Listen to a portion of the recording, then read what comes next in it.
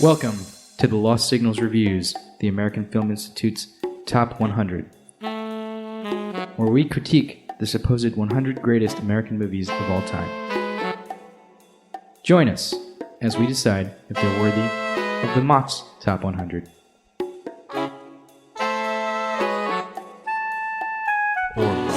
Hello there, my droogs, and Viddy, well, our horror show episode for you tonight, where we are doing the AFI number 70, Clockwork Orange. We are the Lost Signals. I am Scott Thurlow, and I'm here with my gang of hoodlums, Jonathan Ian Manzer. 599545E. Christopher Morgan. Hi there.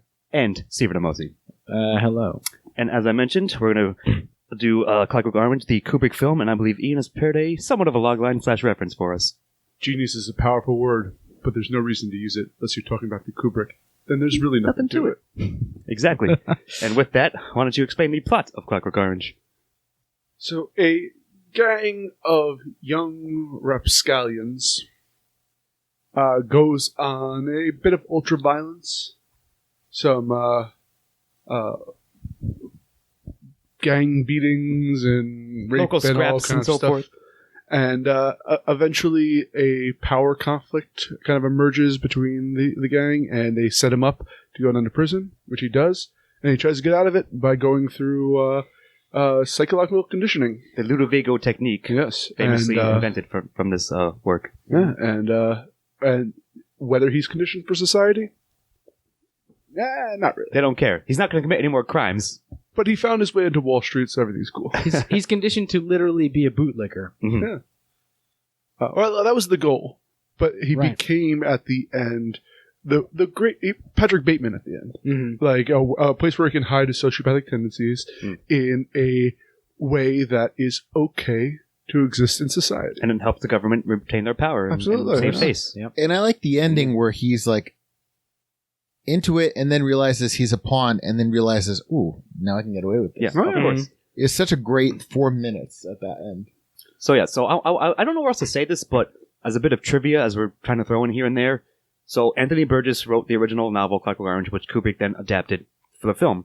And in the original version of it, Burgess was a British author, so there's an extra chapter, I believe, or a chapter or two, which sort of serves as a coda to the film and serves as like a growing up, a maturation, if you will, for Alex, the main character, played by Malcolm McDowell in the movie. But Kubrick was using an American version of the book, which the publisher cut out those chapters, and therefore the film ends as it does on sort of a cynical note, as you just mentioned. But I've also read Right. that Kubrick, by the end of the film, was aware of those extra chapters Exactly. and dismissed them because they weren't the narrative that he was creating. Yeah, so like it's sort of like a weird little backstory there, just as a bit of trivia, so it's a little interesting. But given that what we do get in the film, plot-wise, I'm debating between a 2 and a 3. Now, I admit that I do like Clockwork Orange quite a bit. I'm not sure if I like it, as Ian was mentioning, like as much nowadays as I did, of course, when I was a youth, like probably about the age that the character would be. So it's still a good film. It's still impactful enough. It's still relevant. But I'm not sure if it's enough for like top marks 3-wise, but I'll certainly can be convinced. So with that, I'll open it up. So, to your point you just made, I feel that this movie has diminishing returns to it. Not too much, but it's But somewhat there. It's a shocking film, and it's meant to be Certainly. to assail your senses to make a point to that. And the thing is, perhaps it's a product of the time it came out, but I feel that so many movies out there that this is tame. I mean, it's still extreme violence, but Nowadays, this isn't necessarily kind of, yeah. excessive violence in how we have in many other films. Well, maybe of we've it been that came- desensitized yes. to it because of this film I would and films like And it. also knowing what was going to happen, the shock value doesn't. So I think it dilutes necessarily the message overall. But I think and my initial viewing did have that shock sensation to it. Yeah, I was going to say two things about that. To your point, like when I first saw this movie, I was probably 14 years old, and what I remember yeah, probably about about it the same for me. is a lot of the ultra violence as is deemed in this, and I believe that's a term coined from the novel. I don't think that was used I think previously. that's the case too. But like that, and you know, the straight up violence, I guess, is a little bit tame by today's standards, but the sexual violence in this is still very It's shocking. pretty shocking, sure. It's still pretty like graphic. really like insane, like hard to watch. And the fact that there's this like thread of glee running through it makes it even harder to watch. A lot of times, like, you know, when singing in the rain as they're robbing, beating the shit out of, and raping the woman in the house, the first house that they go to, is really It's still pretty intense still, and still unnerving. very intense. But outside of that, like you know, that's the stuff that I remember because my 14-year-old brain was like, "What the fuck is like happening?" But looking at it from purely what this movie is trying to do and like how it progressed through its message, I still love the way that it does it. I think that it does it perfectly, and like the from starting out as this like gang to going to prison, and like at some point, like even seemingly, I guess he was just like doing his due diligence throughout prison, and then he goes to the Ludovico technique. And Well, he wants to get out of there right, any way he exactly. can. He's trying to get out He's and trying to weasel it. go back to what he's and then understanding that the government, as long as the government can use you, you don't have to be better. You don't have to be a better person in society and things like that. And like I love that the way that this plot goes through that. I'm gonna give it a 3 for that. I think. I think it's more of a vehicle for its themes. So I'm kind of going on the 2. side. Not to get, but it's stylistically amazing. It's thematically amazing. Narrative-wise, I'm going to move more towards a 2. I was just going to say the same thing because I was watching this later at night, so I stopped it probably weirdly enough about 40 minutes to the end. But I went back and watched everything from when he went to prison afterwards because I agree with you. I got more out of it thematically seeing it now than I did either time when I saw it when I was younger. But I think there seems to be a running theme unto itself, it seems. yeah, but like narratively, it still was slow in the places I thought it was slow. And I agree with you that I find it's more of a vehicle for its themes than an actual narrative. So I'm firmly in the 2 camp. A stronger 2, but definitely 2. Yeah. It's super tough because, I'm trying to remove my bias, trying to be more academic/critical about it. Because, I have the same thing you do, Steve-O, that, like, I remember, like, intensely liking this film, or at least being intrigued by it when I was much younger. So nowadays, I think I want to give it a 3, but I don't know if it deserves one. And I you guys make really good points. I tend to agree that its thematic elements are more standout now than the plot, the events of the story themselves, per se, and like perhaps even protagonists and things like that.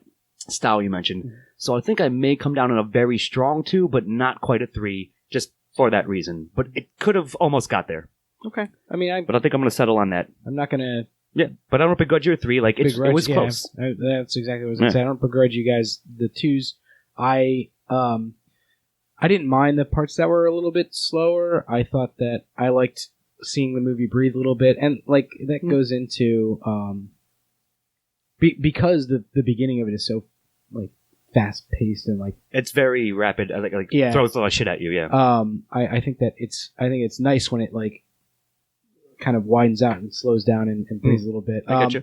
So I'm gonna stick with a 3, but I All completely good. understand your points for it too. I got you. All right. Well, speaking of that, Chris, why don't you go on to themes? Yeah, the themes are horrifying.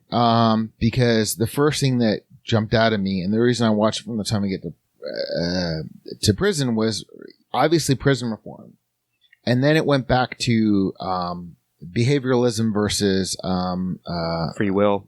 well, not just free will, but like if you look Sort of, at yeah. like Skinner and Pavlov versus like the psychotherapy where you have Freud.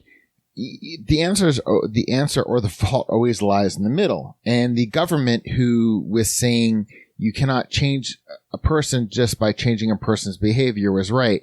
But it's like both have points, but both were using it for their own political ends. Of course. And that's a And- theme unto itself, I would And say. that is a theme unto itself. So as with part of the reason I give it a 2 is because it was the themes that really stood out to me. Mm.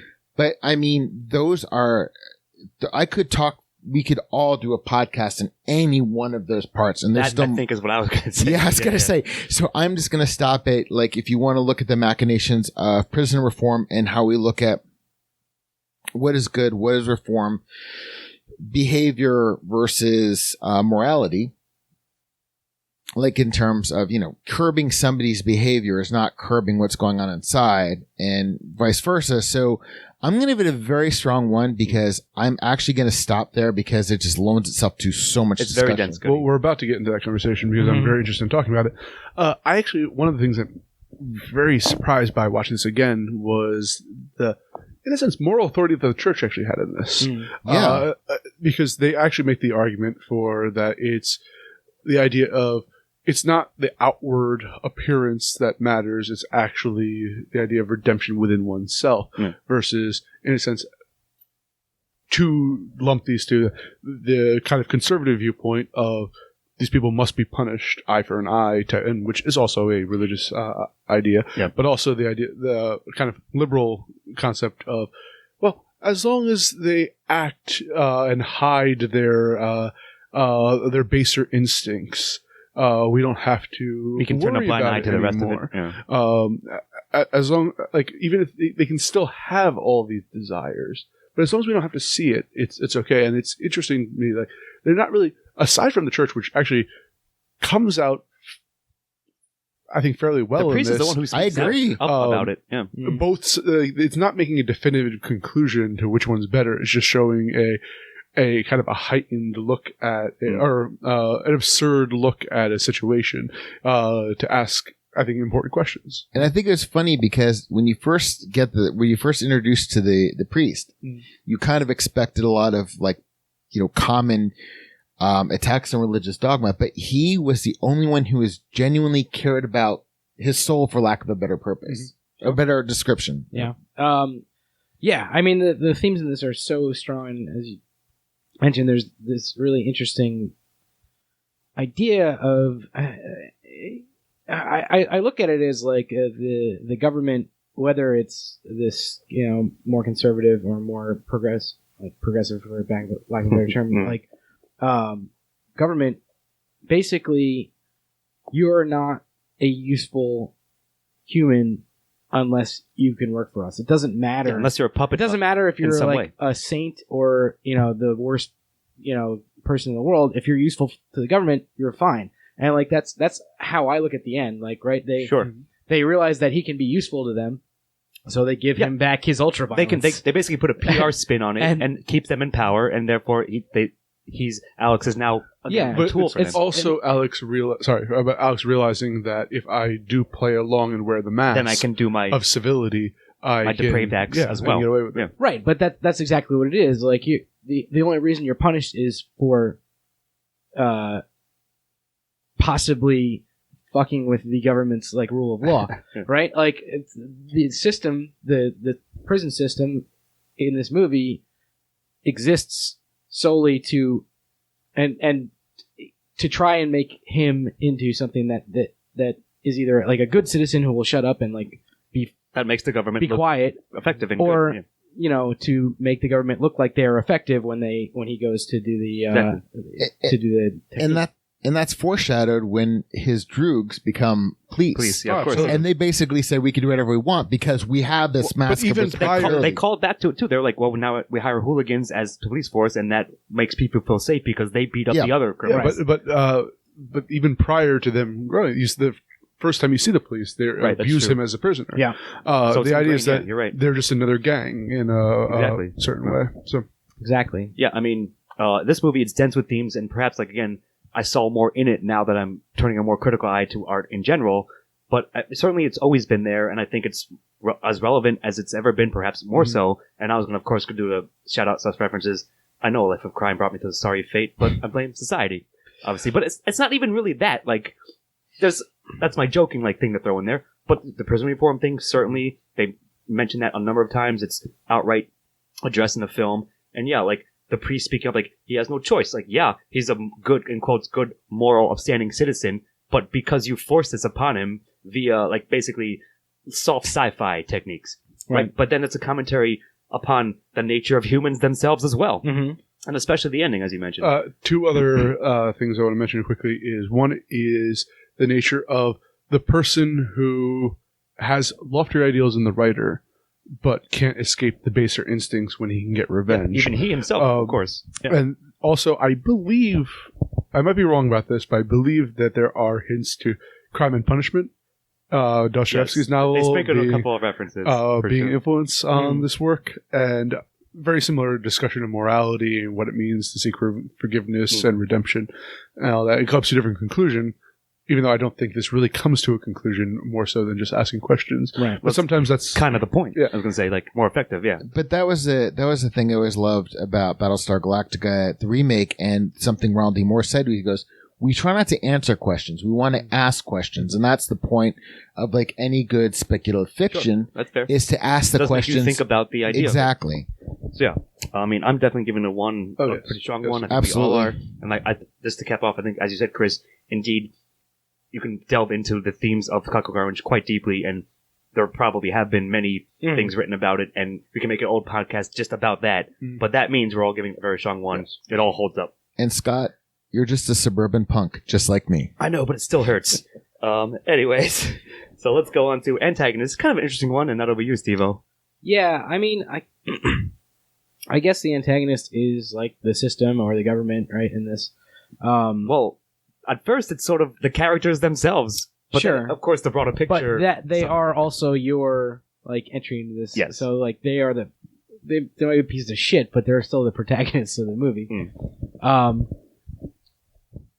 But you kind of like see how like the system has no interest in helping any of these people. Yeah, And they just like, want to keep in power. They just want to save face. Yeah, and like exploit them. You see everybody go through this systemic ringer and get turned out to be a tool. You know, like that's kind of how it goes. Like you get Alex becomes what he becomes by the end of the movie. You get his droogs, his like boys who are just tools of the police. You know, you get his parents who have always kind of just like read the paper and go along to get along. Status quo. And, like, yeah. Exactly.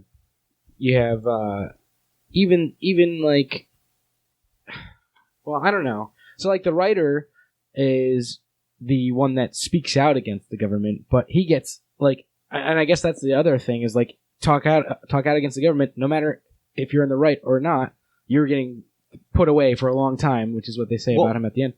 It goes back to themes real quick, because even then, like, in theory, he's like the liberal, like, sort of revolutionary angle. They want to overthrow the government, but they're still using Alex as a tool for their own purposes as well. And yet he succumbs to the, once he realizes who Alex is, becomes to the revenge person. Yeah. Exactly. So it's, Good, Steve-O. Yeah. But I mean, that's kind of what I wanted to say. So just to build off of what all of you were saying, I don't think you can treat the system as a monolith here, because they do show different factions within it. But the antagonists on either side of whatever grouping you want to put them, categorizing you want to do for them, it's in a sense the traditionalists want to bury him in a prison system so we don't have to see it, where the kind of more liberal want to put on a mask on him and send on his society, but still bury that kind of without anyone actually addressing the problem. Exactly. It's a better way to hide. They're both sweeping it under the rug, essentially. To hide. Allow Jekylls to have and that's a good point. It's I don't know. I just think that he's either a monster, a sociopath, or a young kid. I think he's actually a couple years younger in the actual novel. He's like 16, I believe. He's supposed to be 16, 17. Yeah. But this one, he's a teenager acting on base impulses. Sure. But you definitely feel that nobody actually really gives a damn about him. And the useful idiots angle that you're bringing up is that the writer only is interested in him when he was useful for that part and to his political purposes. I'm just restating everything you guys said. So, does that mean you're giving it a 1? Yes. I think we all are. Yeah. Yeah, I think that stands, and I think that's solid. So I'll go on to protagonist. Yes, Malcolm McDowell. I believe this is what's his breakout role. There's a couple of things before this, but I think certainly put him on the map. and I think it was a perfect casting choice. I've always loved him in this role. I think he encapsulates that character. So, quick question. Has anyone else read the original novel? I had. Yes. I probably read it like just before, maybe just after I saw it when I was a kid. I just bought it. All right, but you haven't read it yet. You locked it up. I read it a few years ago, maybe 5 years ago or Okay. so. Chris, you ever read it? I have not read it. It's on my to-do list right after. Okay. Well, either way, I'm just saying, like, I remember thinking, like, he really encapsulates this character, and even, like, now being years removed from reading it, just watching it as is, I think he does a great job. Like, he's a lot of nuance to him. You're sort of sympathetic, even though you see his horrible, depraved acts, and you see what his life is like. So, like, and of course, he even, like, it's almost not quite noir, but he's narrating it throughout. So, like, your loyal friend and narrator has suffered this and that, like, right? Yeah. So, like, it sort of, like, incrementally endears you to him, even again, when you're witnessing the horrible things he's done and then what he's been put through as well. But here's the thing: is you also see the oppression of the system against Exactly. him and the dog-eat-dog world he exists in. So, yeah, when he's neutered, you actually do feel sympathetic to his helplessness in that world. Right. Yeah, absolutely. So I think Malcolm McDowell's done a great job, and it still stands. I love his performance. I love his, again, nuances to the character. When the change after he's undergone the Ludovico technique, it feels as if believable that he's under this sort of influence that he can help, and that changes his entire behavior, because that was the whole point of the entire experiment. Yeah.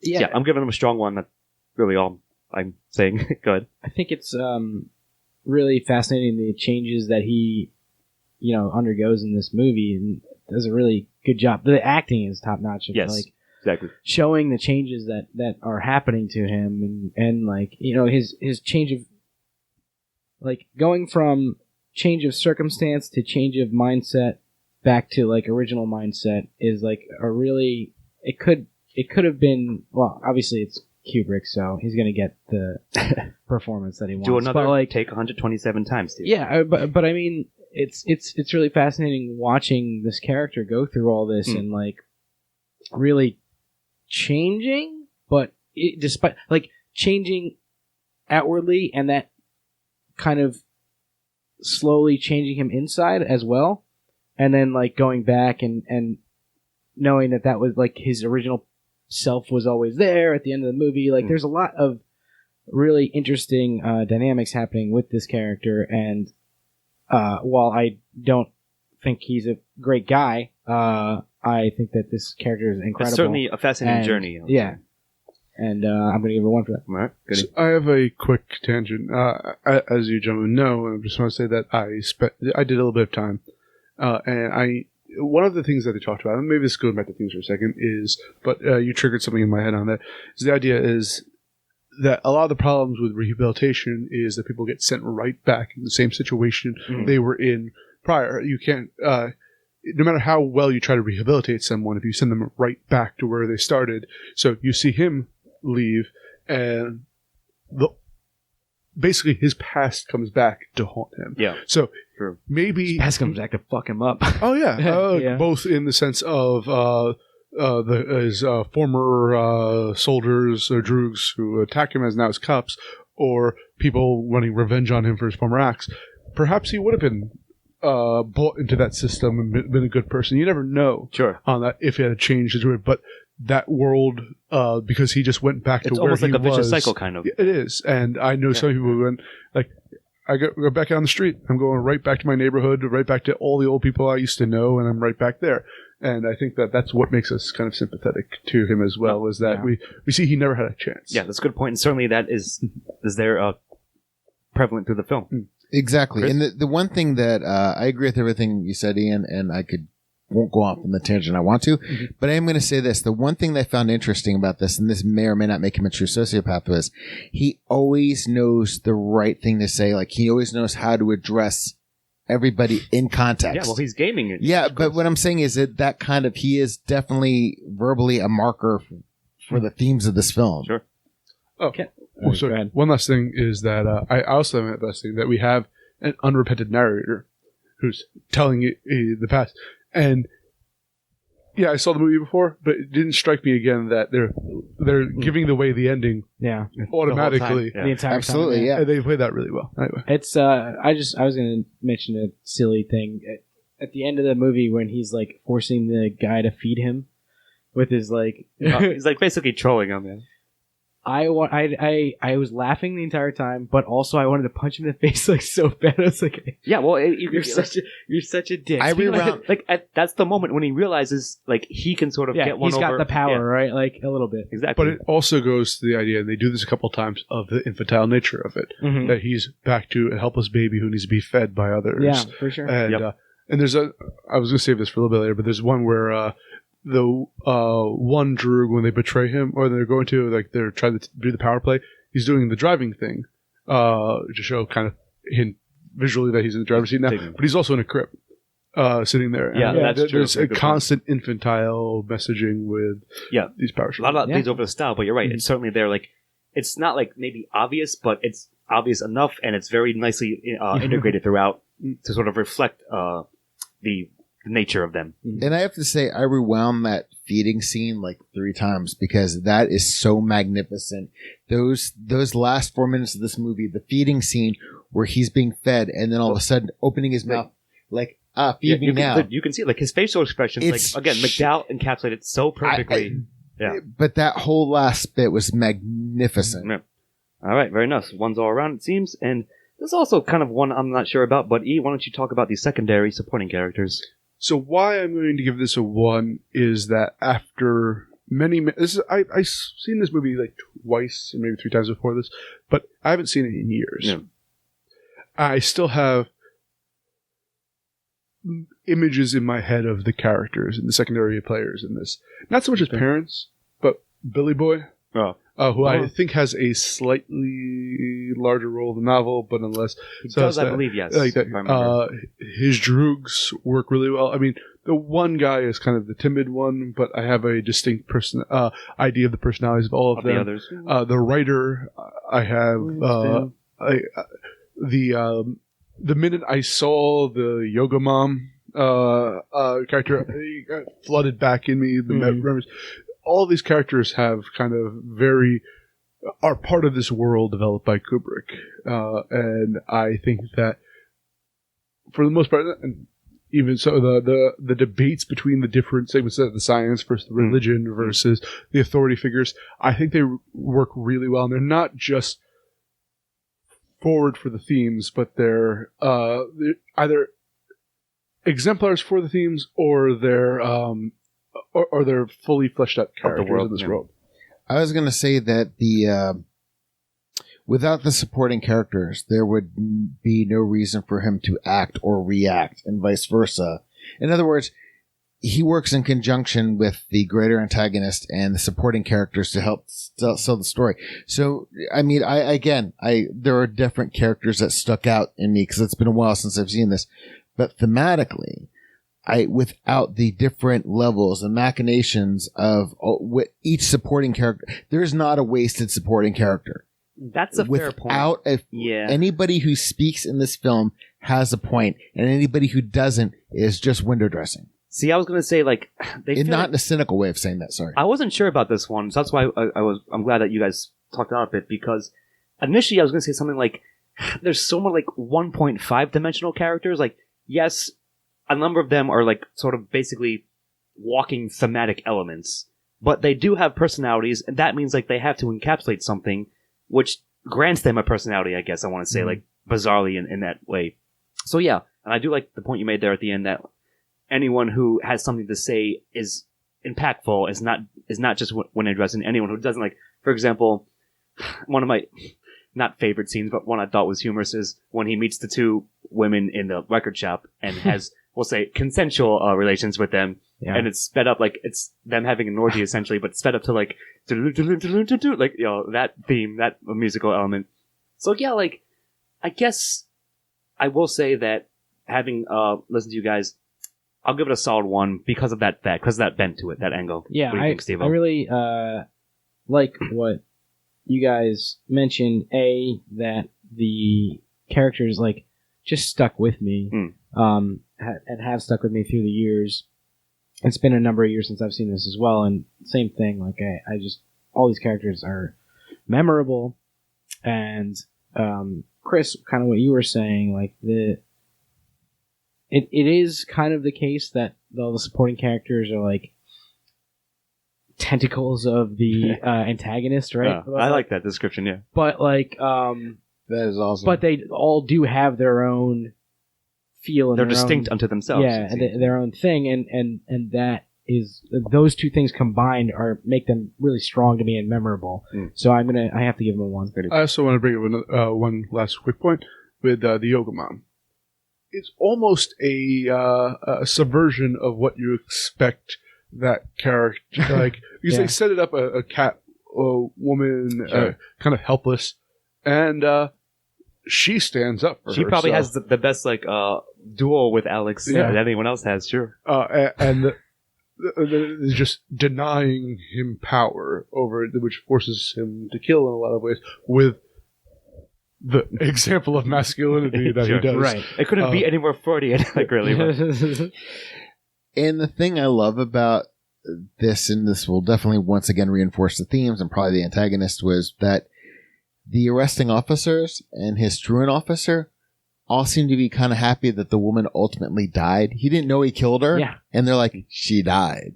It's just like, well, not happy about that, but happy because like now we got you. yeah, exactly. But the thing is, there was no empathy towards the victim. They could care less about her. What they were happy about was the fact that somebody died, it's so because that they now could get him. He could be a tool, like in terms of that. Sure. I mean, that's a good point. It Yeah. kind of goes towards themes, but All right, so that's ones all around. It looks like very nice. And Chris, speak on about dialogue, my droog.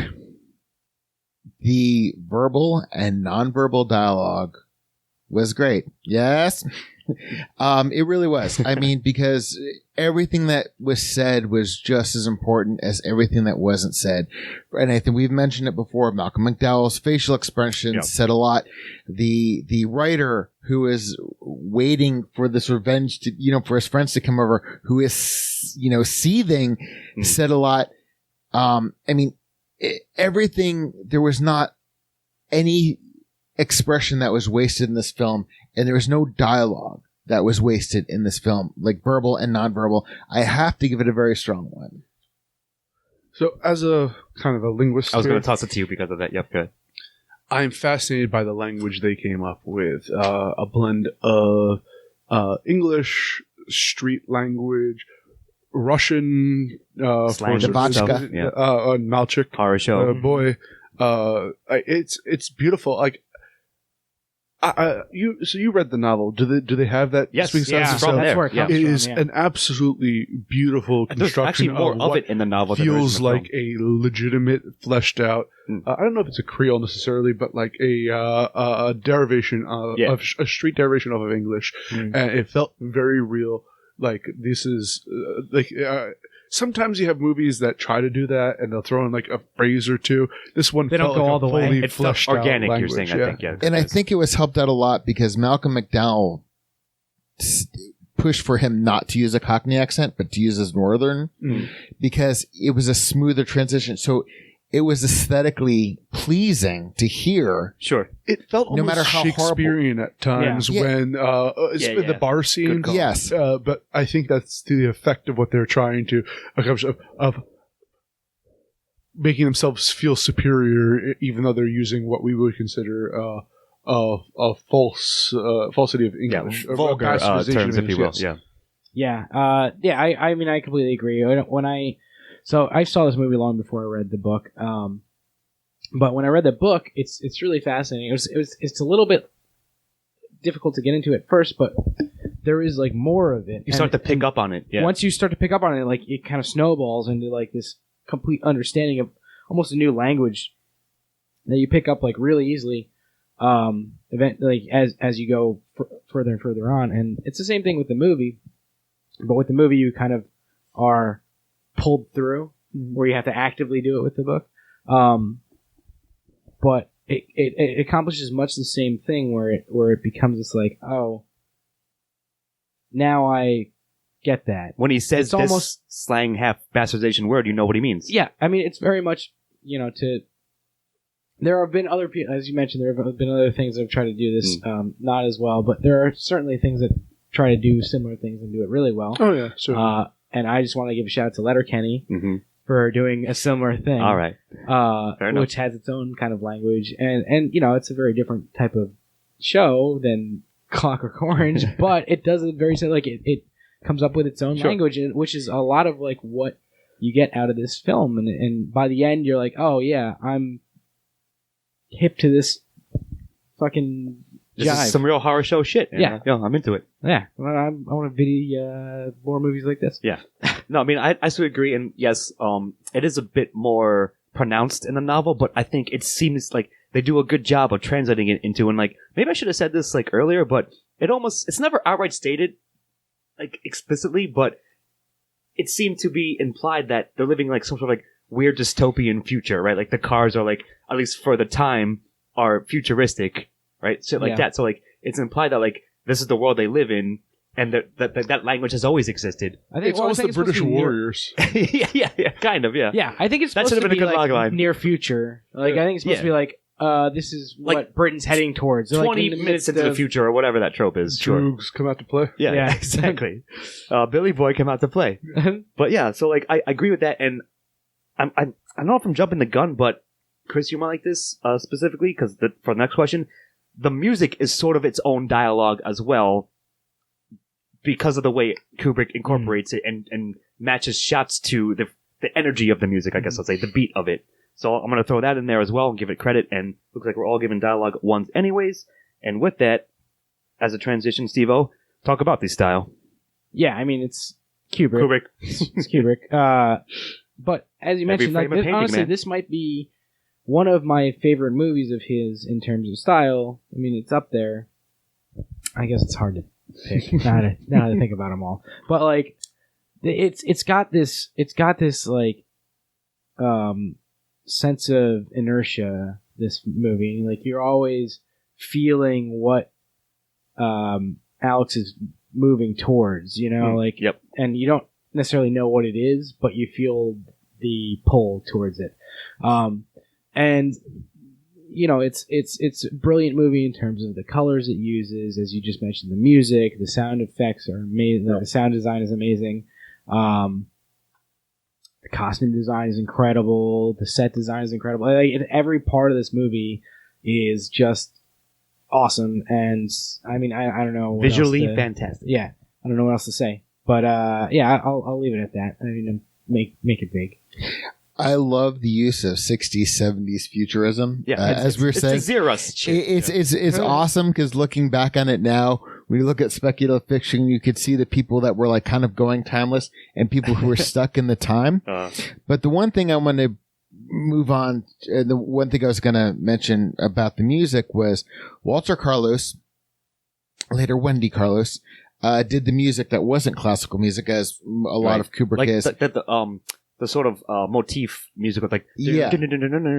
But once again, he always worked in the Agnus Dei, the dun dun dun dun. No matter what the thing, whatever he was saying before it was bright and cheery, he'd always do a variation of that as it would trail off, and I thought that was just wonderful. Did anyone else notice that they had the soundtrack to 2001: A Space Odyssey in the record store? Absolutely, Yes, I did. absolutely. I meant to mention that. I completely forgot. I never knew that Kubrick was a self-referential show. Oh, of course. Gotta pat himself on the back. Absolutely.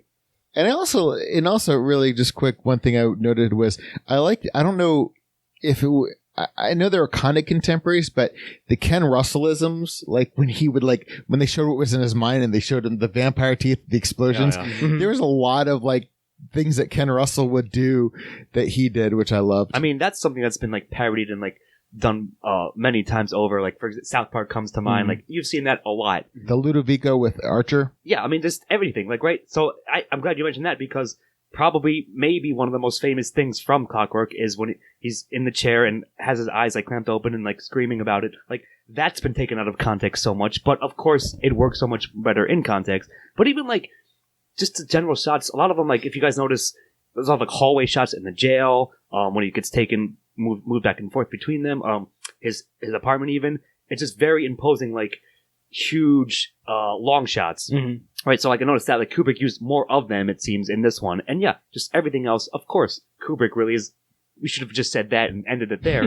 But like, to sort of elaborate upon it, like, he knows how to make a motherfucking film, and he knew exactly how he wanted to visually convey the story, and it fucking totally works. And the music probably is maybe my favorite use of his in film, even beyond 2001, which is saying a lot, I know. But because of Beethoven being a part of Alex's character, he's able to integrate it so amazingly to transition shots, to even cut shots in time to the music, as I mentioned, and it's just incredible. Kubrick's probably going to be the director we finish first. Probably because of all of all the AFI films. Yeah. But yeah. I do have a box set of all of his films. Yeah, very nice. So we can just go through them. Well, with that one style, of course, I basically auto-inserted ones for you guys in styles. That's fine. Absolutely. So I'll bring it home to recommendation. Yes, I do think Clockwork Orange still stands. Like I said, perhaps more relevant than ever. It still addresses a lot of important issues and a lot of societal things that are happening today and need to be, looked at. And as a piece of art, it still works. So it's number 70. I think it could be a bit higher. It's totally fine that it's on the list. Maybe when we recently just did our first 50. So maybe when we assess when we did 100, I'll move it somewhere else. Push it up there. Yeah. But either way, absolutely recommend Clockwork Orange still stands. Yeah, I completely agree. Clockwork Orange didn't. So you guys were mentioning that you had slightly diminishing returns on this. Only slightly, a small percent. I think I liked it about as much as the last time Yeah? I saw it. It was probably 4 or 5 years ago. Fair enough. So I don't know if it's been longer for you guys or not. But, It has for me. I'll but admit that. I think that I'm about on the same as I was, and this is for me. I know you guys didn't give it a 10. For me, it's a 10 movie. It's one of my favorites. It's up there, probably in my top 10 of all time. Really? Does that you rank it? And that might be partially nostalgia. Can we confirm that by looking at your rankings from the AFI? Of all time, no. just in movies? Well, I gotcha. A of all time, but B, I didn't put it in the AFI we list didn't see because it. we haven't seen it Fair yet. enough. This is our 51st AFI. My bad. Yeah, you're right. Hey. But yeah, so it's really up there for me in terms of Okay. movies, and it's always been like that, and I need to watch it and reevaluate it every once in a while. But I think it still stands. I as think we're doing that now, and I think it still stands as a pillar of my movie hierarchy in terms of what it was trying to do, and I think it might be my favorite or second favorite Kubrick movie. So all right, yeah, fair enough. recommend. I enjoyed it. I think that thematically, as you pointed out, I think all of you, it's still very timely, whether we're dealing with stop and frisk, whether we're dealing with prison reform, whether we're dealing with... But enough about Mike sense- Bloomberg. Hey! Identity politics. God you guys Sorry, worked more that in Bloomberg. The God. DNC versus the RNC. Yeah, I mean, it's... Anyway. But all of these issues are still pertinent today, which may not be necessarily saying that a Kubrick was positive ahead of his thing. time, but it might just be a sad state of the world we're in. But I think that the idea of violence in our society's probably only gotten worse since then. And I don't know. I just think that it asks a lot of questions that have yet to be answered. But are still And important to be it's- in the consciousness. It asks important questions. So. My decision to do this as a 2 is because, narratively, to me, it always has been kind of that way. But thematically, it's only grown. Mhm. And I like the fact that, again, it's asking questions that there is no right answer. There is no. It's such a muddled state of gray, and like you said, the conservative versus the liberal, how to each extreme they're awful. It's like RNC, DNC, they're both awful. I had to put that in there because I wanted to let because that's... Sorry, I brought American politics into this. I actually don't know, but I don't want to know. No, but seriously, only because I'm just speaking to the relevance, because once you pull back the layers of what is, the common viewpoint of one thing or the other, this film speaks on so many levels to me, especially now. We can agree upon that. Especially now, this added another layer to it. Yeah. For sure. All right, so I guess that means you're recommending it. We all are. Oh shit, yeah, it's absolutely. Yeah. All right, very nice. So, anything you guys wanted to throw in, or before I give out the scores? No. I think they'll do it. All right. So, as you mentioned, Steve-O, you in fact gave it a perfect 10. It was fine, and the rest of us, Chris, Ian, and I gave it 9s. Comes out to a 9.25. Very, very strong. Very, very high. I think that's pretty much where it should stand. It's not the perfect film, but it's fucking rock solid, and again, relevant. Has things to say, makes you think, and as a piece of art, still is worth checking out. All right. So I think that'll do it. We have been Horror Show ourselves, of course, as always, and I've been your main Drook, Scott Thurlow, here with my group, Jonathan Ian Manzer. I'm about to go out on a bit of ultraviolence. Chris Morgan. And we had an amazing show for you today. And Stephen Amosi. Keep Viddy in the Lost Signals. And we'll see you next time. Good night. Editing and engineering by Christopher Morgan. Music by Christopher Morgan. Check us out on YouTube and iTunes for the shows, and on Facebook and Twitter for updates.